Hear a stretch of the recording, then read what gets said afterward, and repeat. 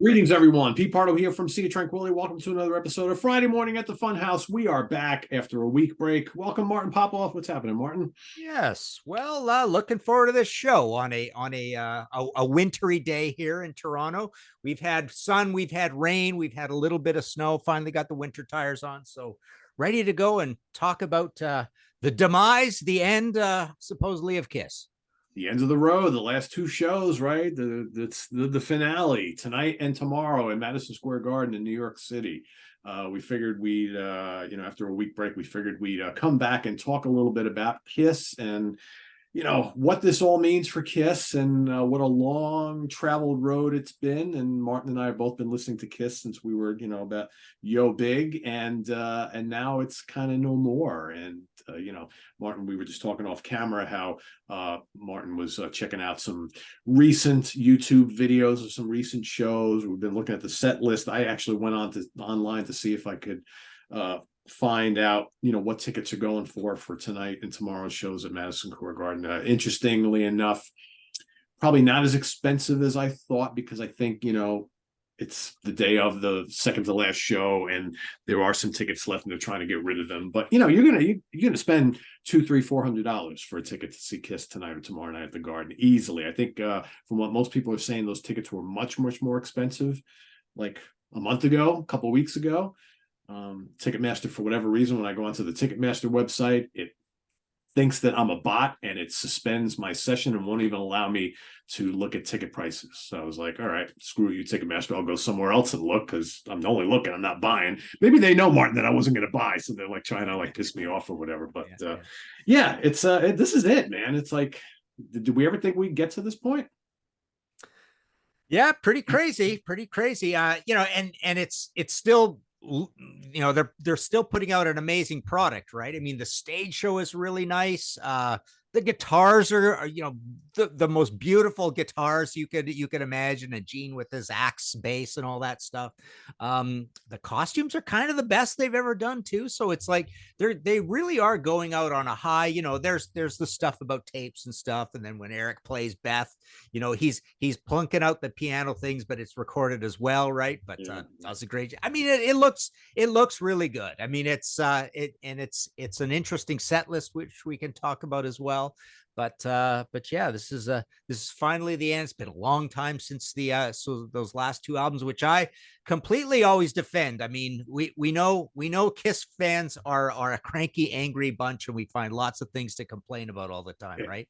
But and I've been accused of that as well. But I'm faithful since the old. Look at this one. Look at this. Check that out. And awesome. I think I had that on a poster, Martin, way back in the day. Check this one out. Oh wow, jeez. Yeah, one of those plasticky things. And of course, I've done this as well. This is just brand new, out right now, hardcover, 50 career highlights. And I've basically been a fan, as you say. This is the interesting thing, is this is the first band that I can remember for sure, the getting of the debut album as a new release, and it's almost the oldest album I can remember getting as a new release. So 74. So when I was 11, I mean, this is basically the band that has been around my whole knowing about music life, right? Right. And I'll often compared to the Rolling Stones being a band that I love, that has been around my whole actual life, right? But yeah, so this is pretty cool. Been there for the entire journey. Every album is a new release, kind of thing. So yeah, pretty exciting. So like you, I also got into Kiss when I was 11, but that was 1977. So I jumped on board. I had heard Alive first, but then my first one that I bought was Destroyer, had just come out. So so both, we're 3 years between us, but we both jumped on board at age 11. And so, I mean, that's a good chunk of my life right there. That's, 47 years, right? Something like that. 46 years for me. It's a long time. And it's kind of hard to believe after all this time. And, and I've gone through, I don't know about you, Martin, but I've gone through periods in my life where I've been on the Kiss train, off the Kiss train, back on the Kiss train again. And I always kind of lean on those 70s albums for me. It's like I like a lot of the 80s stuff and beyond, but to me, those early albums are the classics. But I will agree with you. I thought the last two records they put out were pretty solid.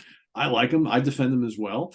Are they Destroyer and Rock and Roll Over? No. But I think for a band at that stage putting out new music, I thought they did a good job there.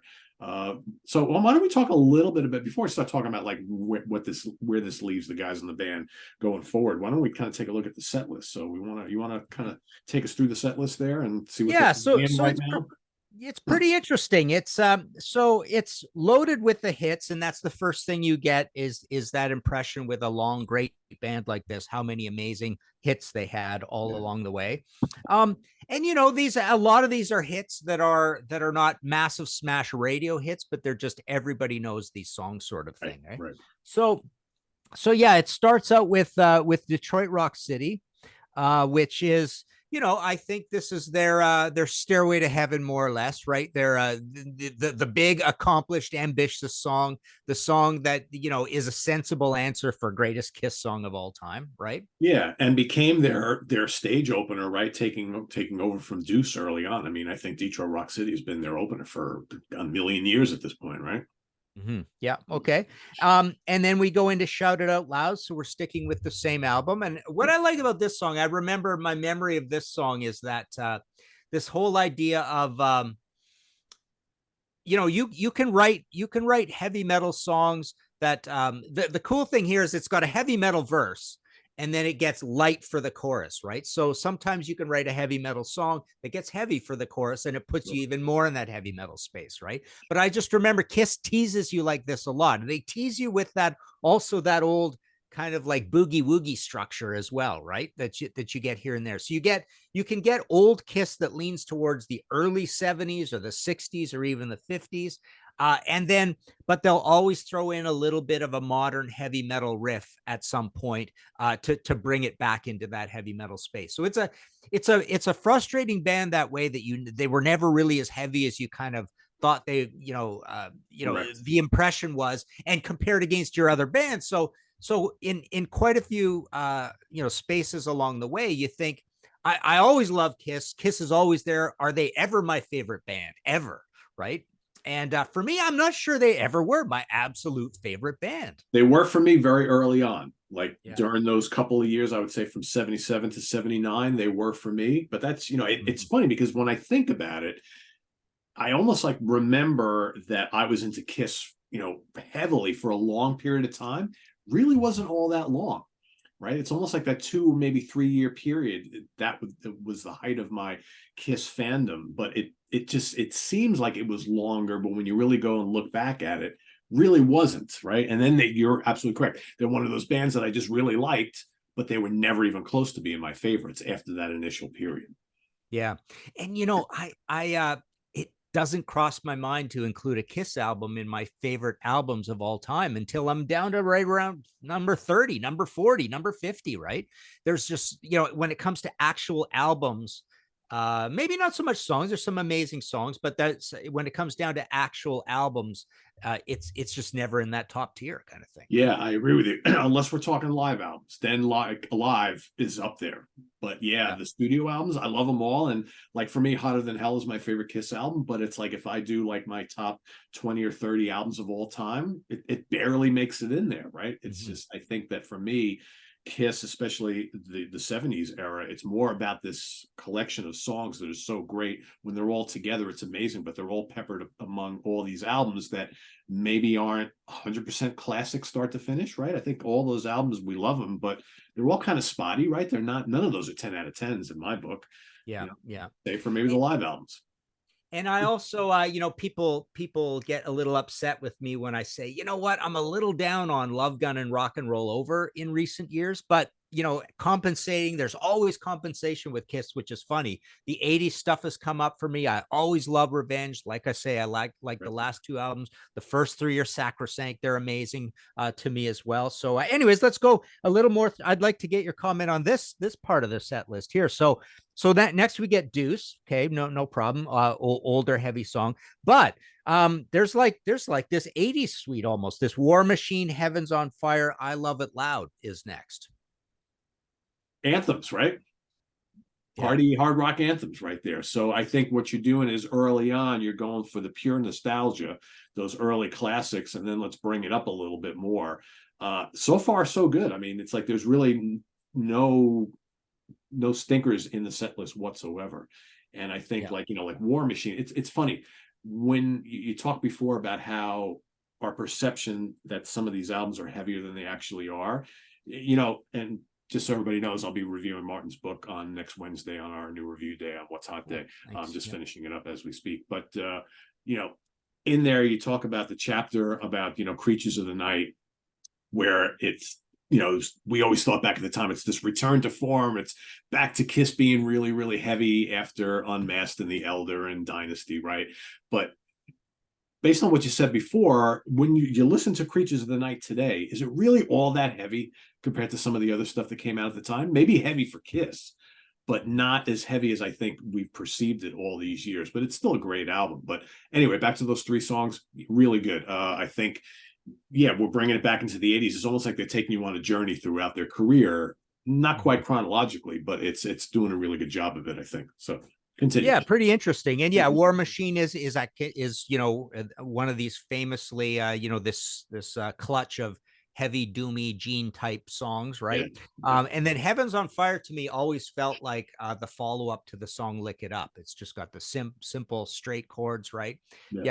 Great song, a beautiful song. That's the amazing thing about Kiss is just the song construction and the songwriting is so good. And then I Love It Loud is we're back to a slow thing. It's like a big anthem about metal kind of thing.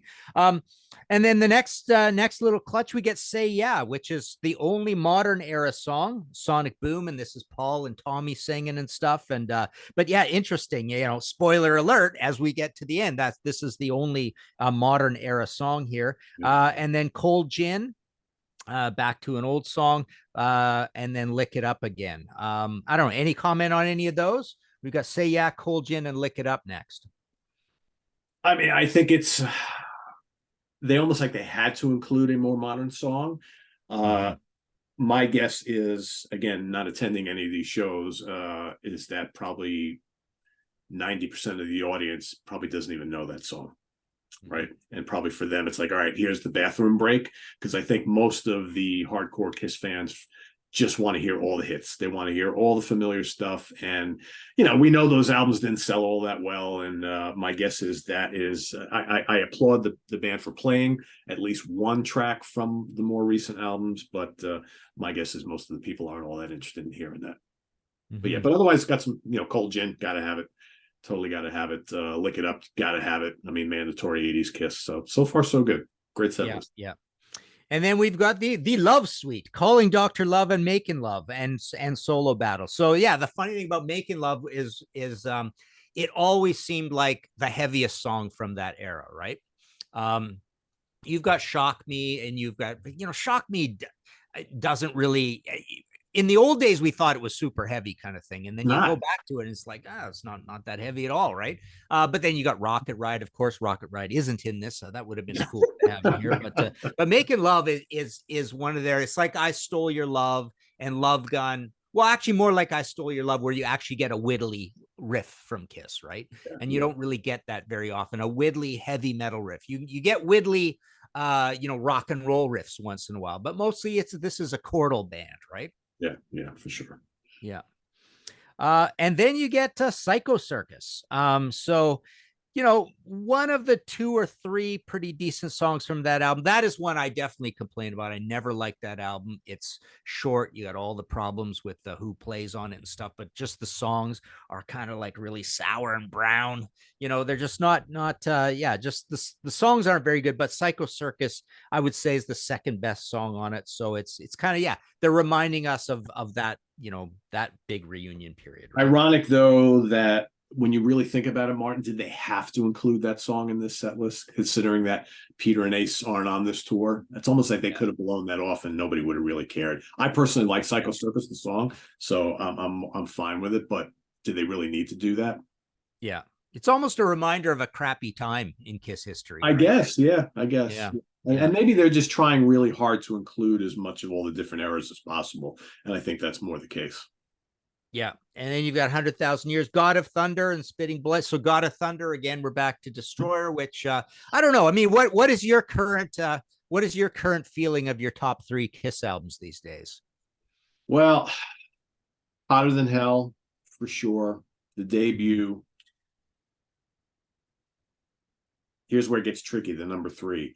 Uh, it wouldn't be Dressed to Kill. That's up there, but Destroyer was my favorite for many, many years, but it's sunk quite a bit in more recent times. I would say it's up between Rock and Roll Over and Destroyer.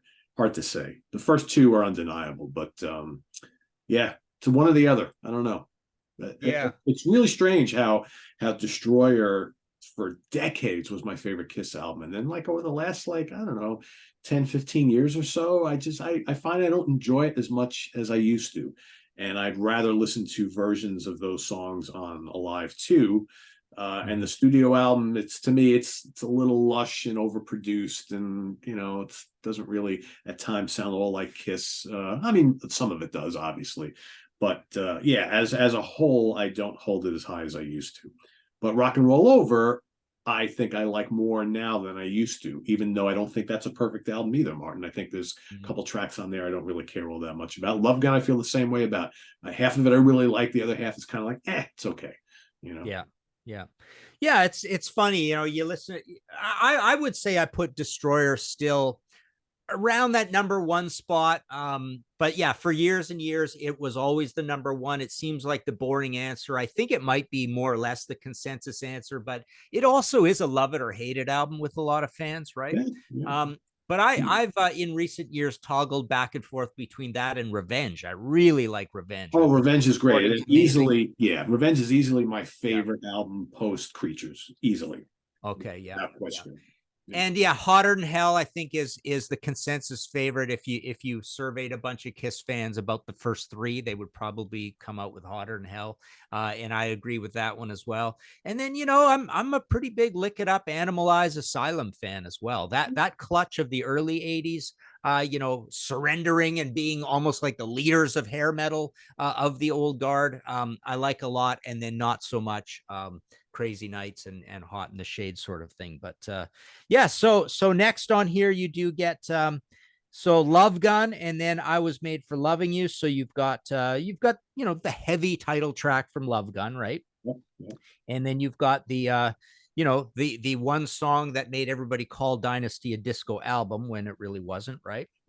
And then Black Diamond, and that's everything the before the encore. So what do you make of those three in a row? Love Gun, I Was Made for Loving You, and Black Diamond. Love it. In my opinion, you got to have all three of them. Yeah. It's funny reading your chapter in the book about the Dynasty album. You're 100% correct.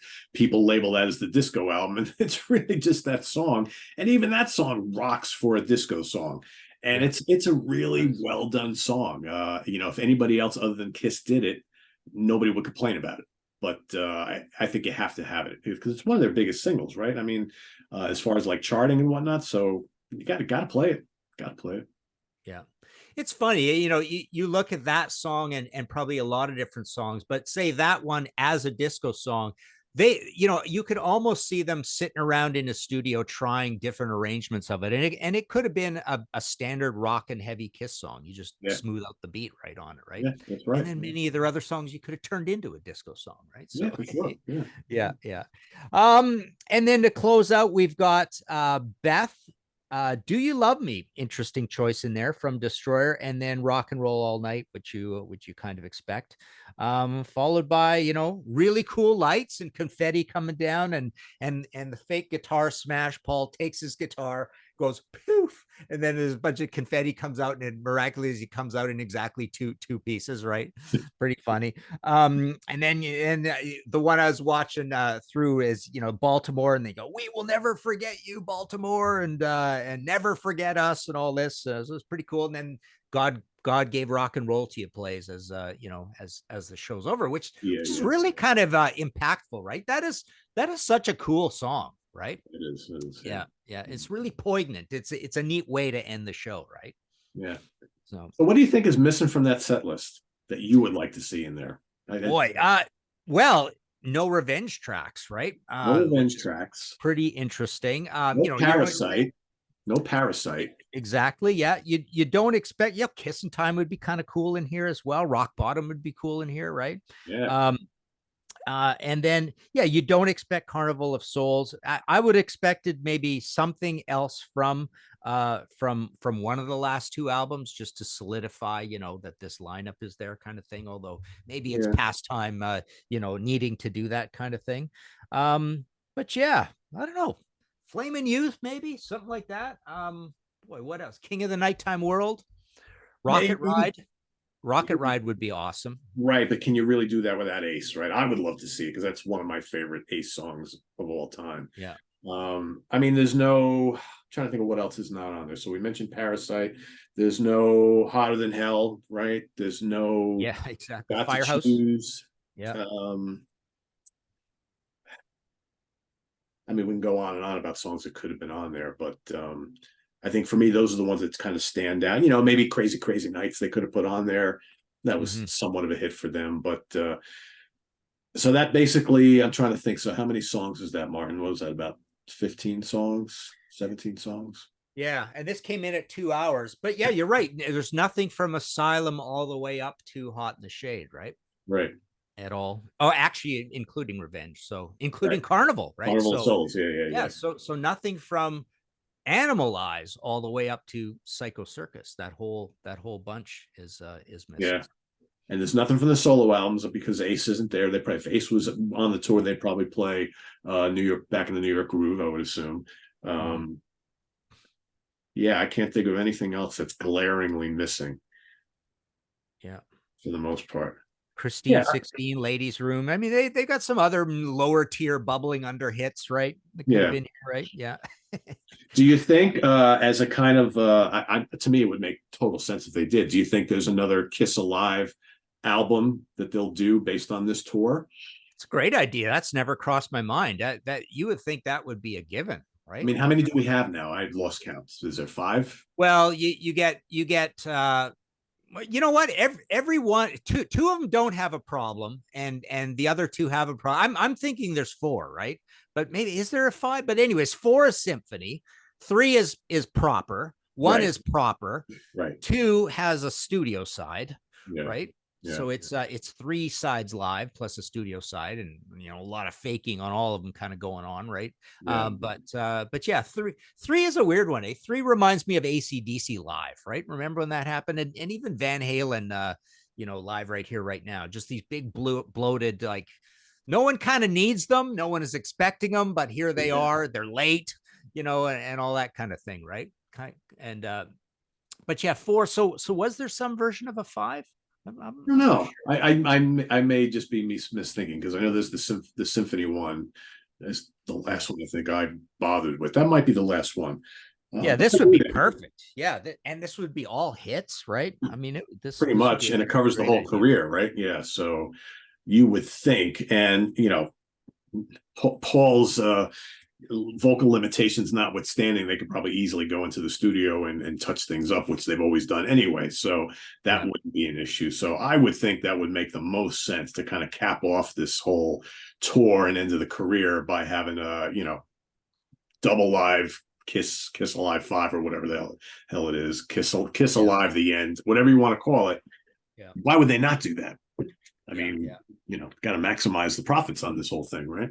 Yeah, and I say just forget about messing up with the title at all. Just call it Kiss Alive 5, right? Kind of thing.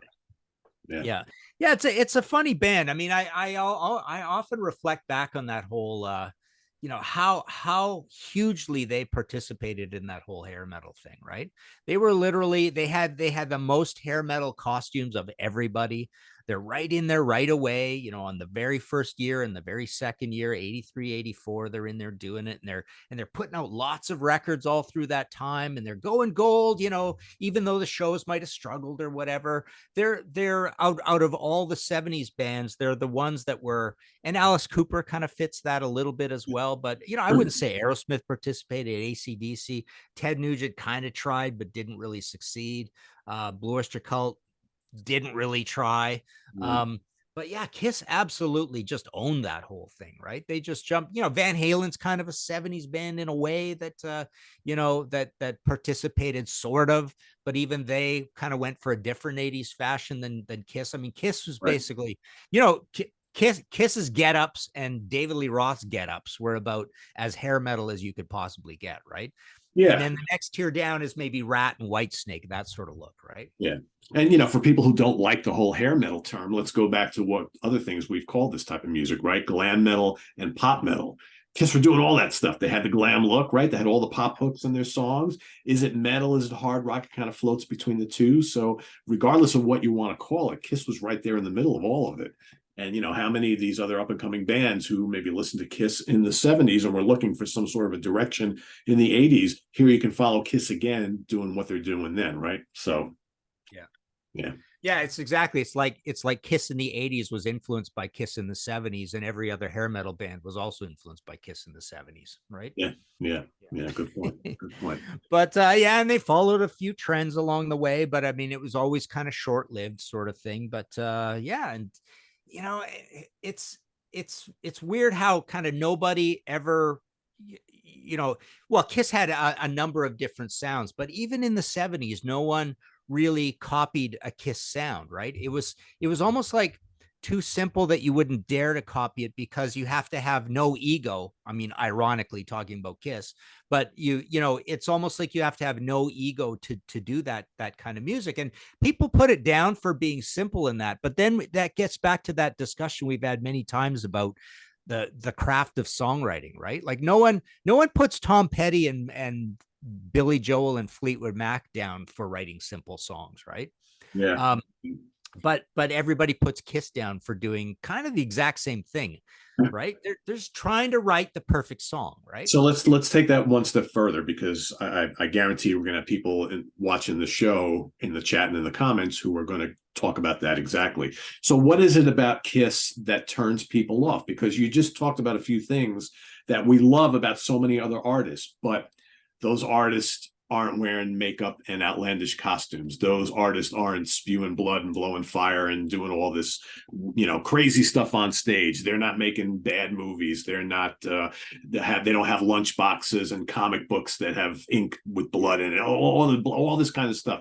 Is it this whole marketing scheme that they've been involved in since not quite day one, but maybe day two, that really rubs people the wrong way and they look past the music? Because you're 100% correct. There's a lot of the bands that play simplistic kind of meat and potatoes, catchy rock music like Kiss does, and they don't get all the shit that Kiss does. So is it all these other things that have irked people so much for all these years? I would say yes. I would say Yeah, yes. definitely. And we forgot one other band. Well, we forgot many other bands, but Eagles is another one, right? I mean, Eagles is basically as simple always as Kiss is, right? There's no extra complication to it there. But again, maybe it comes also down to lyrics. I mean, obviously Kiss is writing rock and roll, juvenile, teenage sort Oh of yeah, for lyrics. sure. And then Eagles apparently are writing, adult lyrics, but they're not that great, right?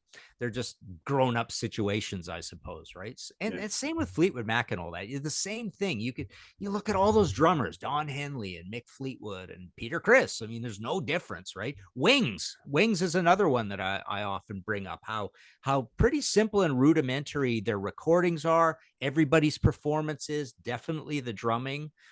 There's just not much going on, so there's not a big difference between these bands. And again, it comes down to why does anybody do any of this kind of music? And you almost think the big challenge they're posing for themselves is again just trying to write that perfect song that appeals to as many people as possible. But yeah, Kiss steps in it with all those other things as well.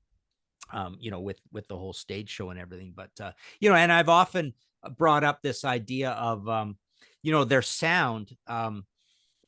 I compare it to you can talk a little bit about Slade or you could talk about BTO, and I think BTO is a weird rare way to compare.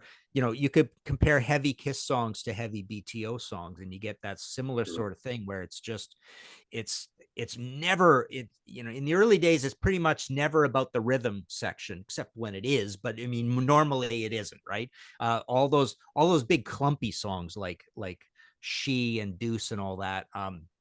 What 100,000 years. there's Got to Choose definitely as well. It just seems to be all about the riff and the vocal and the lyric rather than any rhythm section or totality sort of thing. And BTO kind of feels like that as well when they're doing a heavy song. It's like, hey, look at this riff we've got going, right? Yeah, yeah, for sure. Yeah, I agree. I agree. Yeah. But where do you think where do they go from here? Do we really Yeah. think that Paul and Gene are just gonna, you know, settle off into the sunset and enjoy retirement? I mean, Yeah. come on. We haven't heard the last of these guys, right? Yeah. Well, we definitely need that Kiss live album. I don't know why I didn't even think of that. That's a great idea, of course. Yeah, and Yeah, I'm we need sure that. they should be thinking about it for sure. Yeah. That would be awesome. But yeah, I would like to see I would like to see them continue and do that thing that we've talked about before, right? That whole Leonard Skinner process, right? Where you think about replacing maybe Paul and Gene one at a time, and just find out which one wants to quit the most and let that one quit, kind of thing. And then you carry on for another couple years, and I don't care if they ever play live again, sort of thing. But I guess it almost seems like Kiss 5.0 or whatever it would be. Well, if you call this 5, I guess it's 6.0, right? 6.66 or whatever, right? But it's almost like they have an excuse to go out and play live again if they make a significant change to the lineup, right? Yeah. So Yeah. that's kind of neat. But given that you've got this validity of having Tommy and Eric in the band for so long, it would be kind of cool to see the band continue with one of the main guys dropping off, and then another one, and then you can only replace them with legends who grew up on Kiss from maybe one generation younger, sort of thing, right? So yeah, I like that better than I guess Gene's idea is rip the Band-Aid off, right? And just have 4 more young guys come in and be Kiss. That's kind of exciting too, right? Imagine, putting together a Blackfoot, right? Like the Ricky Right. Medlock. And and that didn't really set the world on fire, obviously, but would it be different? I mean, Martin, I look at how many times, I'm not sure about up in Canada, but I know around here, anytime a Kiss tribute band plays around here, and they do it with all the makeup and the costumes and the whole shebang, that draws pretty big business, at a local level. So why couldn't a new Kiss endorsed by Gene and Paul continue on, and telling the story going forward? I don't know. Yeah. I guess it could. Yeah. Will it? I don't know. I saw some crazy stuff on social media where a lot of people are speculating that they're saying this is the end of Kiss, but only with the makeup. And there are a lot of people that are speculating that they may say continue on in some formation, going back to, looking like regular dudes again, and just doing away with all the spectacle of it and just going back to being Kiss. I don't know. We'll see. I really don't know. Yeah. Yeah, I've heard that hint, seen that hint too. And that's really not given up. I mean, it's like, oh, we only put away the costumes, right? Which is kind of a trivial thing, but yeah, it's funny. It's like a Kiss endorsed tribute band would be sort of the new Kiss, but they're still a tribute band. But because Kiss has such a stage show, it's almost like Kiss is going out and putting on a Broadway play rather than so you could have it. It's almost like, is it just a tribute concert, or because it's Kiss endorsed and it's maybe on a huge stage, it almost feels like you're just seeing Kiss come alive as like I say, a play, like a dramatic performance or whatever, which is different than the band continuing and making new music and having lineup changes and continue on forever that way. Because Tommy's pretty old. Tommy and Eric are both kind of older guys, but it's especially Tommy, right? So I think the next version of Kiss, I don't know if you ever want to, maybe the rip the Band-Aid off is the best idea, but if you don't do that and you just have the evolution of Kiss, I think you got to have guys replace them that are superstars in their own right and are between like 45 and 60 years old. I would And think then so. just do it again 10 years later. Yeah, because you don't want to fall into the trap that, like, say you replace Gene or Paul with someone who's 65 and older, and then 3 years down the road they can't sing either, right? Because that's kind of the issue you have now, right? You got this band where the 2 original members are having a hard time kind of keeping up with it vocally. So you want someone who, if they're going to continue to do this, they have to be able to perform for X amount of years, X amount of tours, right? You can't have that aspect of the performance given way like in a very short amount of time. So yeah, I agree with you there. I don't know. It's just interesting that we're talking about this because, like, to change gears a little bit, like, David Coverdale has indicated that, he's near the end too. And we know David has had a struggle of it of late, trying to, to keep the vocals, at a certain level during the tours. And he has hinted that Whitesnake could continue on without him and they would have his blessing. And then he's got, that Dino Jalusic has been kind of hanging around with the band and he could certainly do it, right? So has he been groomed for that? Is that what we're going to see like 2 years from now? Whitesnake without David Coverdale? Could we see Kiss without Gene Simmons and Paul Stanley? I don't know. Yeah, it's pretty interesting. Whitesnake without Coverdale, because the name of the band is Whitesnake. It's not David Coverdale, and the other guys have written a lot of the music, right? So it's like, sure, it'd be kind of interesting to continue that on. It's a shocking lineup change, but people get used to it. Will get used to it after a while. You're still hearing those songs, so yeah, kind of interesting. Yeah, because I think if you think about both bands have a pretty loyal fan base, but how many times have you heard over the last 5 years or so, or even maybe a little longer than that, longtime loyal fans of either band, religiously going to see them live, but they come back saying, yeah, David really didn't sound all that good yesterday, but the band were great. Or, God, Paul's voice really wasn't cutting it, but the band were really good. And it was the spectacle I wanted to see. So would it be okay for some people to have them continue on with someone else on the microphone that can sing these songs and maybe other songs that the other singer couldn't perform anymore? It's just like the whole Kansas thing all over again, right? You had Steve Walsh, who, his voice was shot 30 years ago, but they continued to tour, and he could only sing X number of songs from the catalog because his voice was so bad. So he retires, they replace him with someone else now who can sing anything from the catalog and do a great job at it. So could that happen with a Kiss, with a Whitesnake? Yeah. Remains to be seen. And the other thing we haven't brought up yet is that the one thing Kiss can do to carry on exactly as is for a while and not even go back on the breaking the promise of not playing live again is they could put out another record, right? They could get in the studio and write some more songs or have them written for them or whatever, like they've always done, right? I don't even think they need to do that, but they just tend to do that. But they could make another album and Paul could sing awesome and Gene could sing awesome. And it could be those four guys. They could have that thing come out 8 months from now and then still not even tour and still. So 12 months, 18 months, 24 months from now, Kiss still has not broken up. It could be basically Kiss on now we're going to make an album and nobody even has to talk about whether they play live ever again, right? No, but you know what? They always take it one step further. Forget a tour. Yeah. They play one or two big festivals in Europe a year, and maybe they do a week-long engagement in Vegas. And that's what they do every year. Nothing else. And maybe they don't do it every year. Because really, now a band like this, they don't have to do these long drawn out tours anymore. They could headline, like I said, a couple big festivals in Europe. There's plenty of them that they could do. And you go and you play in Vegas for a short period of time, and that's it. Done. We'll see you again in a couple of years, right? And so that is breaking the promise, and that is still threatening the thing of these guys aging, right? But the thing about them, as long as they stay in relatively good health, I mean, they could make records for another 5 years, right? Or even more, right? And I don't know, these bands, I wish they'd have more of a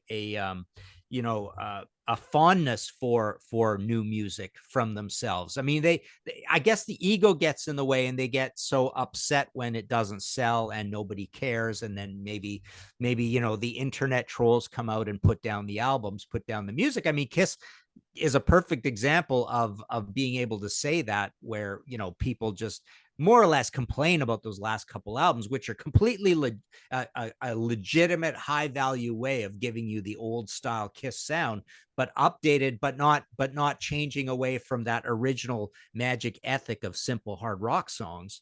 I think they walked that line, that razor's edge, perfectly on both of those last two albums. They both sound great as well. But they get into this weird space where saying, oh, it'll actually cost us money to make an album. It's like, well, you're Kiss. I mean, it doesn't really matter if it costs you a little bit of money to make an album.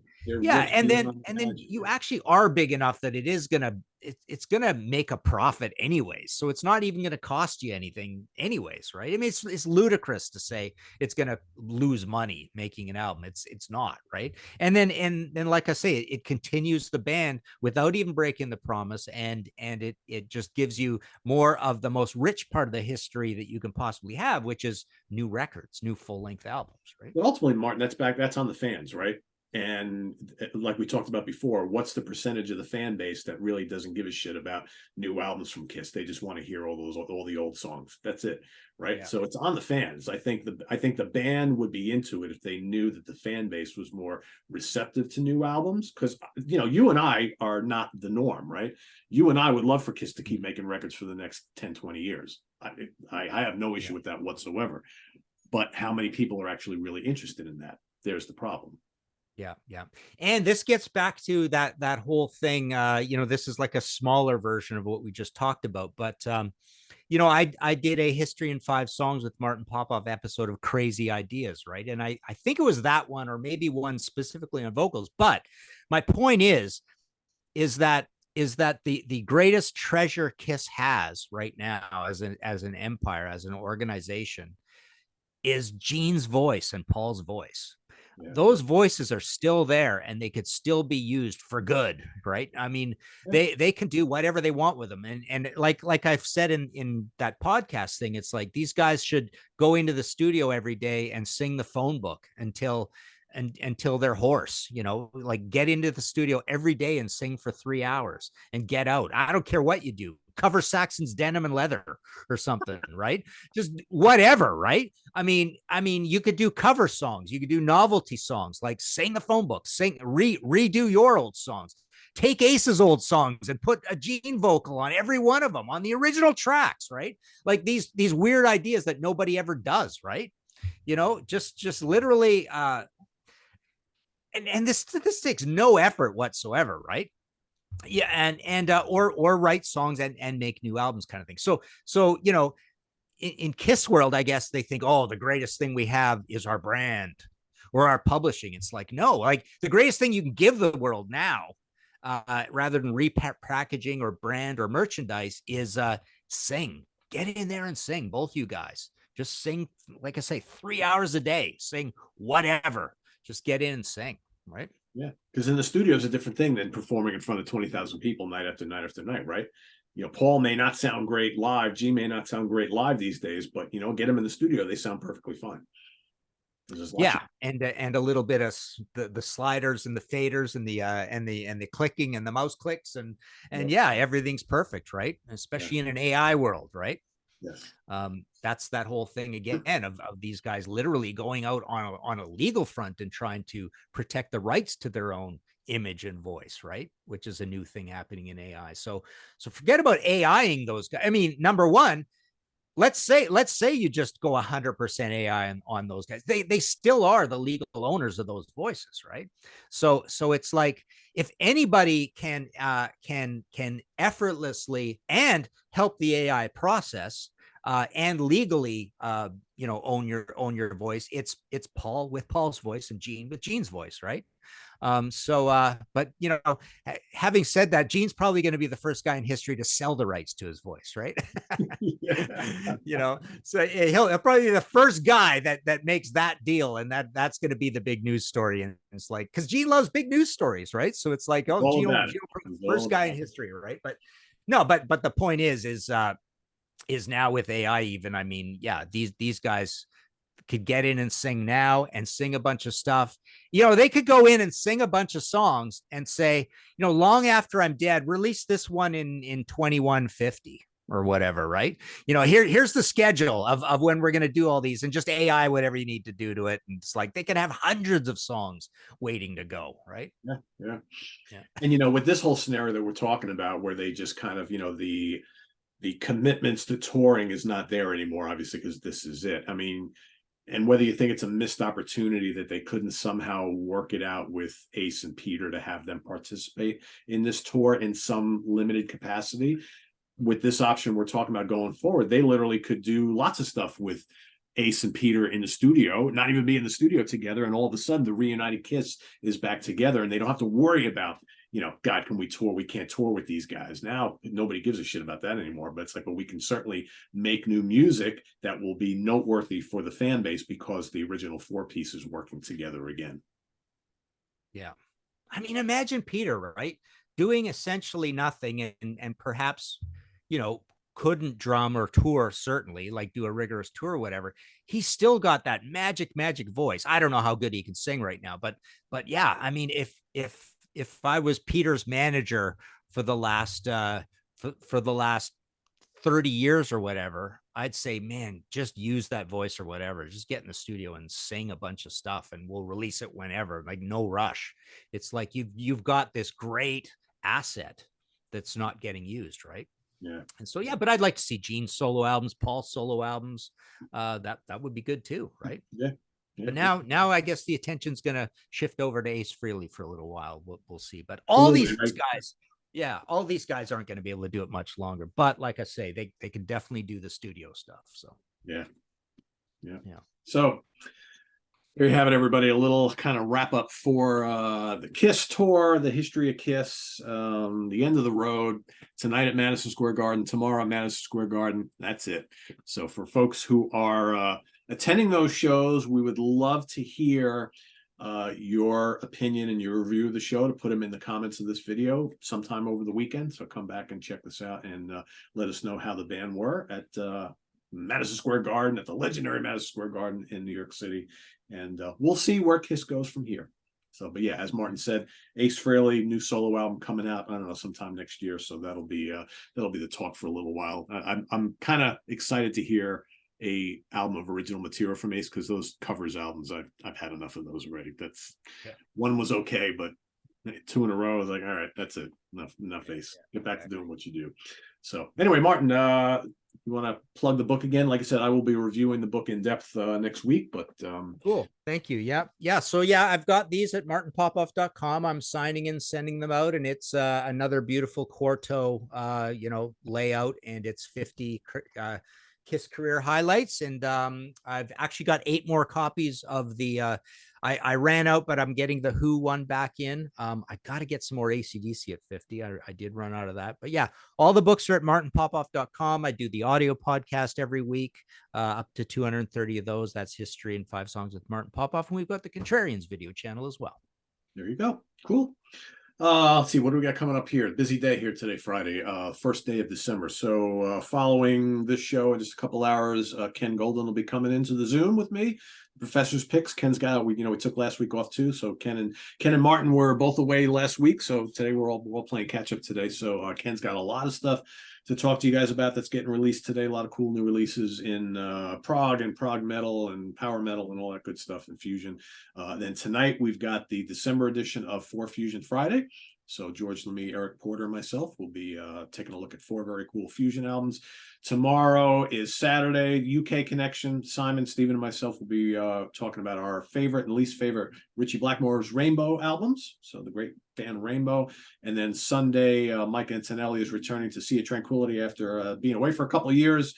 And we are going to be ranking our top 10 albums from the great John Coltrane. So for all you jazz fans, do not miss Sunday's show. So and then, of course, we start off the week with the Hudson Valley Squares. We're doing another 4-way album battle, classic third album. So we'll see you for that and lots more. Visit us on the web at www.seatranquility.org. We're on Facebook. We're on YouTube all together all the damn time. Please subscribe if you haven't already and click on that notification bell so you get alerted of all of our content as it posts. And please do hit the like button before you leave. Please go visit martinpopoff.com, the Contrarians, and the podcast. And we'll see you next week here at the Fun House for Martin Popoff. I am Pete Pardo. Have a great weekend, everybody. Take care. Bye-bye.